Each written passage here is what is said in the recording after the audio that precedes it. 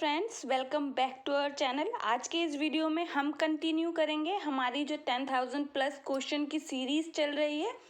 उसमें हम अभी जो चैप्टर कर रहे हैं वो है आपका स्ट्रक्चरल ऑर्गेनाइजेशन इन एनिमल्स, जंतुओं में संरचनात्मक संगठन। देखिए 10,000 बहुत बड़ा नंबर होता है क्वेश्चन का, जो ये यूट्यूब की हिस्ट्री में पहली बार है कि आपको इतना बड़ा नंबर, वो भी दोनों ही लैंग्वेज में, हिंदी और इंग्लिश, ताकि हिंदी मीडियम वाले भी उसका बेनिफिट ले सकें और इंग्लिश मीडियम वाले भी, फ्री में प्रोवाइड कराया जा रहा है। सिर्फ आपने चैनल को सपोर्ट करना है, वीडियो को लाइक और ज़्यादा से ज़्यादा शेयर कर। एक मैसेज और है हिंदी मीडियम वाले स्टूडेंट्स के लिए, हम जल्दी ही आपकी केमिस्ट्री की क्लासेस स्टार्ट करने जा रहे हैं, जिसमें हम हमारा फर्स्ट चैप्टर से शुरू करेंगे। लेकिन फर्स्ट चैप्टर मोल कंसेप्ट को छोड़कर हम स्टार्ट करेंगे हमारा अटॉमिक स्ट्रक्चर को नहीं समझते, तब तक आप मोल जो कंसेप्ट है उसको नहीं समझ पाते हैं। तो उस सीरीज़ को शुरू होने से पहले मैं चाहती हूँ आप चैनल को ज़्यादा से ज़्यादा शेयर कीजिए अपनी हिंदी मीडियम वाले जो आपके स्टूडेंट हैं उनके साथ। हम आपकी कंप्लीट केमिस्ट्री कराएंगे अगर आप चैनल को सपोर्ट करेंगे। और चैनल को सपोर्ट कैसे करना है, चैनल को सब्सक्राइब कर सभी वीडियो को लाइक और दूसरों के साथ शेयर कर। अगर आप चाहते हैं कि आपको कंप्लीट जो है केमिस्ट्री 11th और 12th और आपका नीट लेवल का कराया जाए, तो आप प्लीज़ चैनल को सब्सक्राइब करिए और दूसरों के साथ शेयर कीजिए। चलिए फिर आज की वीडियो शुरू करते हैं। ये हमारा इस चैप्टर का 11th क्वेश्चन है, जबकि इस वीडियो का हमारा फर्स्ट क्वेश्चन है। क्वेश्चन है why hair loss is more in old age. वृद्धावस्था में बाल अधिक क्यों झड़ते हैं, तो उसका रीजन आपको बताना है। आपको ऑप्शन दे रखे हैं रिडक्शन ऑफ ब्लड सप्लाई, रक्त आपूर्ति में कमी, decrease in protein synthesis, protein संश्लेषण में कमी, लो एनर्जी प्रोडक्शन, कम ऊर्जा का बनना, reduce storage of glycogen, glycogen के भंडारण में। तो देखिए जो वृद्धावस्था होती है, जो हमारी ओल्ड एज होती है, वहाँ पर हेयर का लॉस होता है, क्योंकि वहाँ पर क्या होता है, न्यू आरबीसी जो होती हैं उनका प्रोडक्शन कम होता है। सेल्स का भी प्रोडक्शन आप देखते हैं कि सेल्स का प्रोडक्शन कम होता है, जबकि उनकी डेथ ज़्यादा होती है। तो यहाँ पर जो ऑप्शन करेक्ट है वो है आपका रिडक्शन ऑफ ब्लड सप्लाई।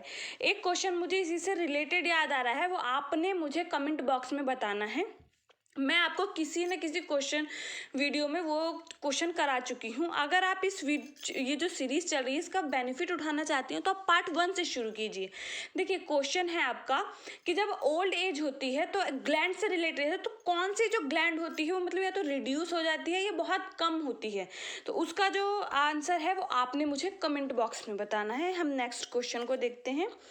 और कोई भी सजेशन हो आपका, जो हम सीरीज शुरू करने जा रहे हैं, आपके केमिस्ट्री को शुरू करेंगे, कोई भी सजेशन हो आप सजेशन दे सकते हैं कि उसको किस तरीके से शुरू करना चाहिए, बोर्ड पे आपको पढ़ाया जाए या फिर एनसीईआरटी को समझाया जाए, आप मुझे वो बताएंगे। फिर हम केमिस्ट्री के क्वेश्चन की सीरीज भी शुरू कर देंगे।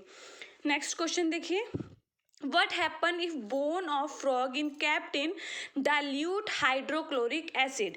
यदि मेढक की हड्डियों को तनु HCl में डाल दिया जाए, तो देखिए HCl क्या है कि स्ट्रॉन्ग एसिड है, तो बताना है कि मेढक की हड्डियों को अगर इसमें डाल दिया जाए तो क्या होगा।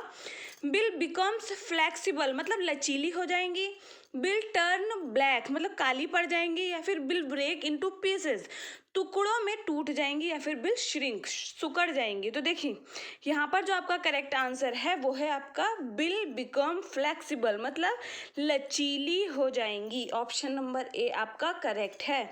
नेक्स्ट क्वेश्चन देखते हैं।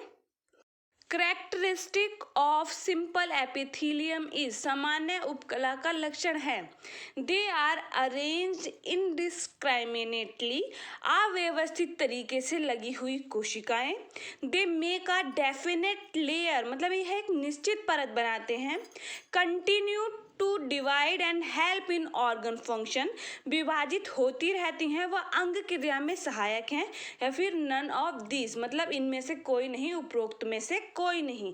तो कैरेक्टरिस्टिक बताना है आपने उपकला ऊतक का मतलब सामान्य उपकला का।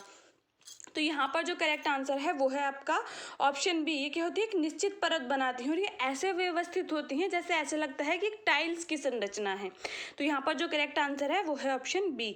नेक्स्ट क्वेश्चन देखते हैं, व्हाट इज सार्कोमियर। सार्कोमियर क्या है? Part between two H line, दो एच रेखा के बीच का हिस्सा। पार्ट बिटवीन टू ए लाइन, दो ए रेखा के बीच का हिस्सा। Part between two I band, दो आई पट्टी के बीच का हिस्सा।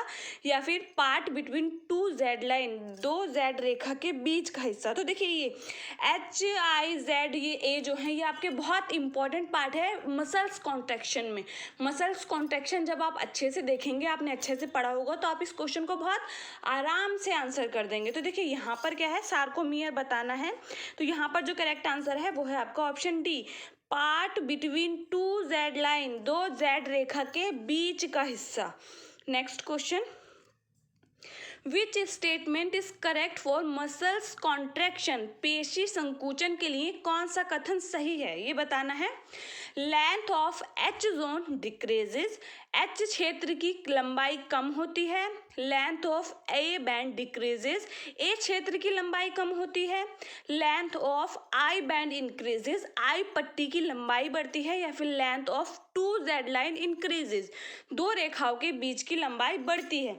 तो मसल्स कॉन्ट्रैक्शन के बीच का हमने कथन मतलब ये बताना है स्टेटमेंट, इनमें से कौन सा सही है। तो जो मसल्स कॉन्ट्रैक्शन से रिलेटेड कुछ सही है वो है length of H zone decreases, H zone की एच क्षेत्र जो है उसकी लंबाई क्या होती है, कम होती है। आपको हर चैप्टर के क्वेश्चन मिलेंगे, आपने अच्छे से चैप्टर को पढ़ना है, उसके बाद हर उसका आंसर आपने खुद से आपको आ जाएगा मेरे बोलने से पहले। नेक्स्ट क्वेश्चन देखिए, what will happen if ligaments are torn. यदि स्नायु टॉर्न हो जाए तो क्या होगा। Bones will move freely at joint and no pain, मतलब कि जोड़ पर से हड्डी आसानी से गति करेगी तथा दर्द नहीं होगा। Bones less movable and joint and pain, मतलब कि हड्डियां जोड़ों पर से कम हिलेंगी और दर्द महसूस होगा। बोन विल बिकम अनफिक्स्ड, मतलब हड्डियां अस्थिर हो जाएंगी। बोन विल बिकम फिक्स्ड, मतलब हड्डियां जो हैं वो स्थिर हो जाएंगी। तो यहाँ पर जो करेक्ट आंसर है वो है option C, bone will become unfixed, मतलब बोन जो है वो अस्थिर हो जाएंगी, हड्डियां क्या है अस्थिर हो जाएंगी यदि आपका स्नायु जो है लिगामेंट्स जो है वो टॉर्न हो जाए। Next question, question number 17, which of the following statement is correct for node of Ranvier of nerves. निम्न में से कौन सा कथन तंत्रिका के रेनबियर के नोड के लिए सही है। तो यहाँ पर आपको ऑप्शन दे रखे हैं, न्यूरिलेमा जो होता है आपका, न्यूरिलेमा इज डिसकंटिन्यू, मतलब न्यूरिलेमा असतत होती है। माइलिन शीथ इज डिसकंटिन्यू, मतलब माइलिन आच्छद असतत होता है। या फिर न्यूरिलेमा व माइलिन आच्छद दोनों असतत होते हैं। Both neurilemma and myelin sheath are discontinuous. और फिर है आपका कवर्ड बाय माइलिन शीथ, मतलब माइलिन आच्छद द्वारा ढकी होती है। तो यहाँ पर जो करेक्ट आंसर है वो है option B. Next question, which one of the following contains the largest quantity of extracellular material। निम्न में से किस में वाहक कोशिकीय पदार्थ सर्वाधिक होता है। स्ट्रेटेड मसल्स, मतलब रेखित पेशी में। एरियोलर टिश्यू, अंतरालीय ऊतक में। स्ट्रेटिफाइड आपकी एपिथेलियम में। स्त्रीकृत आपकी उपकला में। या फिर माइलिनेटेड नर्व फाइबर्स, मतलब माइलिनी तंत्रिका तंतुओं में। तो यहाँ पर जो आपका करेक्ट आंसर है वो है आपका एरियोलर टिश्यू, अंतरालीय ऊतक में। Next question number 19, which among following is described as Nissl's granule in a nerve cell are now defined as. निम्न में से किसको तंत्रिका कोशिका का निशल कण माना जाता है व अब इसे कैसे परिभाषित किया जाता है।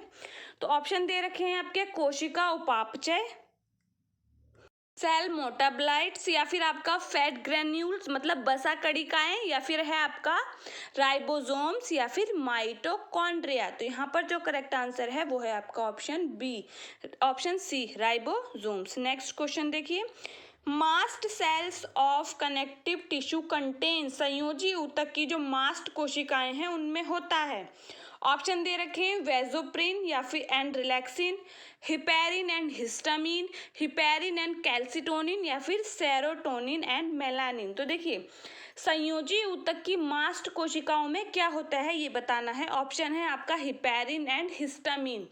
हिपेरिन, अच्छा एक क्वेश्चन का आपने आंसर देना है। हमारे शरीर में जो ब्लड फ्लो हो रहा है लगातार, हमें पता है कि ब्लड फ्लो चल रहा है एक ऑर्गन से दूसरे ऑर्गन तक, एक कोशिका से दूसरी कोशिका तक, मतलब ऐसा कौन सा पदार्थ है हमारे शरीर में, ऐसा कौन सा पदार्थ है जो उसको जमने नहीं दे रहा है।